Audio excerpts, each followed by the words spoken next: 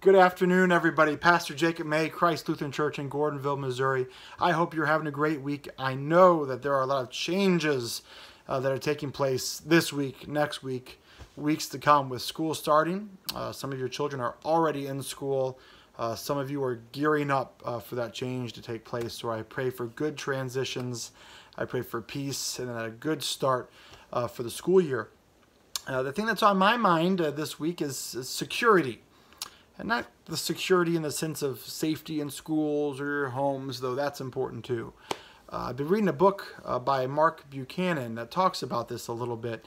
And one of the things that he mentions in his book is this land area called Busia that's between Uganda and Kenya. And I don't know if it's this way now. I don't think it is. But there was a time when this land of Busia was a border land. It was a territory that was not really owned or occupied, but it was in a sense fought over for a little while. But the idea behind this stretch of land is that really there weren't any rules because nobody governed it. You could pretty much get away with, well, anything.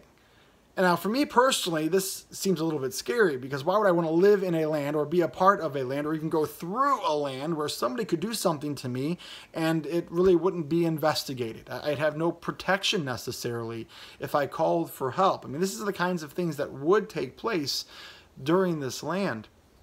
It seems absolutely terrifying. Now, living in that land might be terrifying, but from a spiritual perspective, in some ways, our sinful nature would probably find this a little bit enticing, wouldn't it? To think that we could get away with whatever we wanted, that we didn't have to worry about any kind of consequences, that we could just do everything for ourselves and not have to worry about accountability. I mean, this way life can truly be all about me. Wouldn't this be the most ultimate satisfying way to live? Well, while we're tempted to think this way, in fact, isn't that why we sin? Is that we're tempted to think that we are going to be better off living for ourselves than living for God's word. While it might seem to be like a good thing, it certainly wouldn't be satisfying at all. Well, how do we know this? Because this is just built in. The laws of God are hardwired into the world around us. We were created to live under Him. Now let me explain a little bit more here. A lot of times when people look at God and His rules and His structure, they look at Him as this being who is out there kind of trying to keep us from having the fun that we'd like to have, restricting us so that we only do His ways instead of doing the things that we want to do. Well, it's a terrible way of looking at God and a terrible way of looking at His structure. See, what God has put into place is absolutely for our good.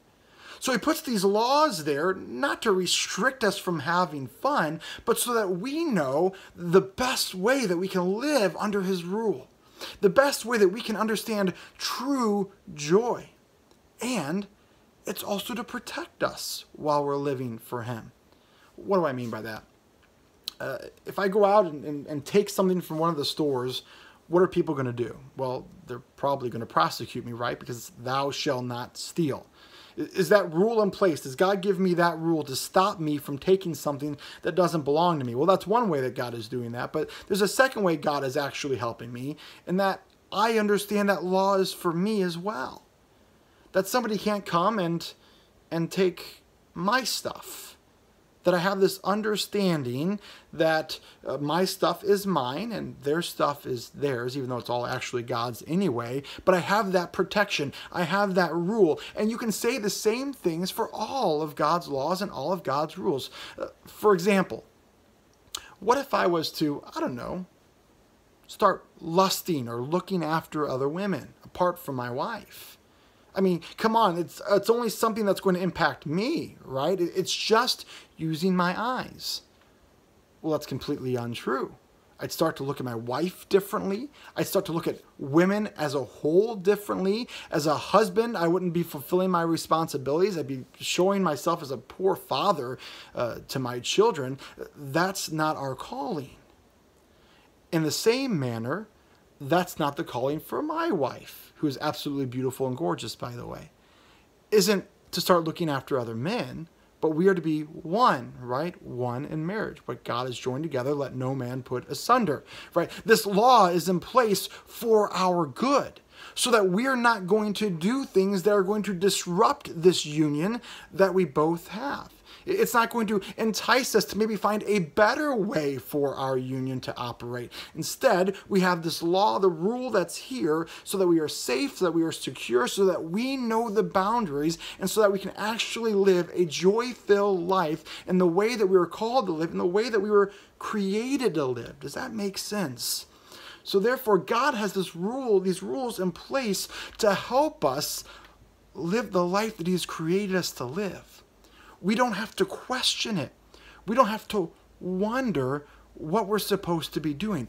It's right there for us so that we understand our tasks, we understand our calling, and we can just live and glorify God in the way that He has called us, created us to live.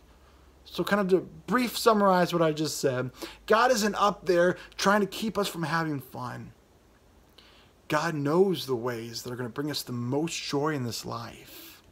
And that's not us living for ourselves. That'd be so boring. It would not be any kind of fulfillment. But instead, He's called us to be in a relationship with one another, but most importantly, the God of the universe who created all of this wanted to be in a relationship with us. And that's why He put all of this into place, to love us, even die for us. That's how much He loved us. So I hope you think about that a little bit as you think about your security, that you are secure in God. These laws, these rules are all in place for you so that you know how to live. You know the right and good decisions to make. And I pray that you're able to live by them and see the joy that you have in Him as He created all of this and shares it with you. God's peace to you and to your household.